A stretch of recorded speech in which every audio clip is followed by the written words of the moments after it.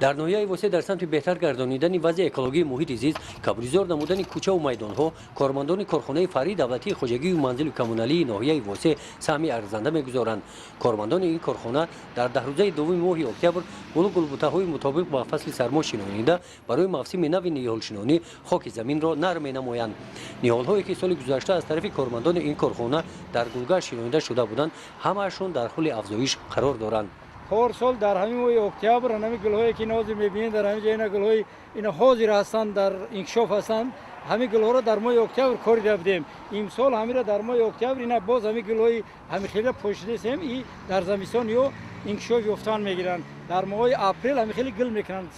گل کنه سر میکننده سر میشده درختای سال گذشته شنونده بودیم برای این افزایش یافتن همین درخت‌ها ما در همین گل‌های بلند کردیم بودیم که همین را سایه کنه و در سایه همین گل‌ها همین درخت‌ها بچسبند حاضر اینا همین درخت‌های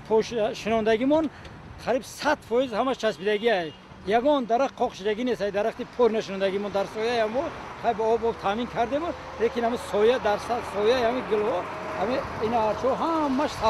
سودان حاضره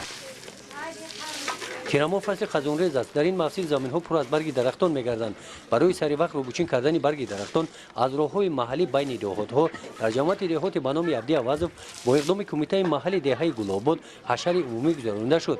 همه این ساکنان دهه به حشر برآمده در تازه نمودن محیط زیست سهم خود را گذاشتند. ساکنان این دهه اندیشه دارند که اشتراک در کارهای جمعیتی هم برای دولت و هم برای ساکنان منفعت‌آور است. آبادی مملکت از حساب تازگی از حساب مستحکم اویلا از حساب خونه و در درخت میشنونی خونه و در تازه میکنی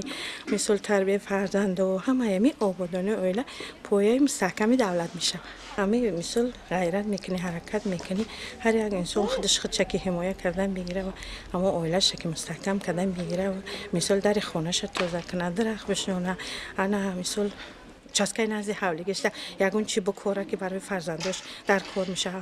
مثل همه همین حسابی همه همین حالگاه آباد میشه و آرامه و آسایشتگی میشه و کمبودی نمیشه و هر یک آدم باید حرکت کنه که همین مثل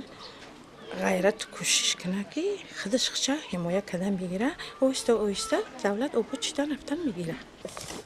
در دهه گل‌آباد در این روز مردم به کارهای تازه کردن جویبارها مشغول شدند. برای حشر زیاده از 100 متر جویبارهای آبگذاری دهه در این روز تازه کرده شد. گزارش خواجه نظریف خدای نظر ظهورов از ناحیه واسه برای برنامه اطلاعاتی نوید.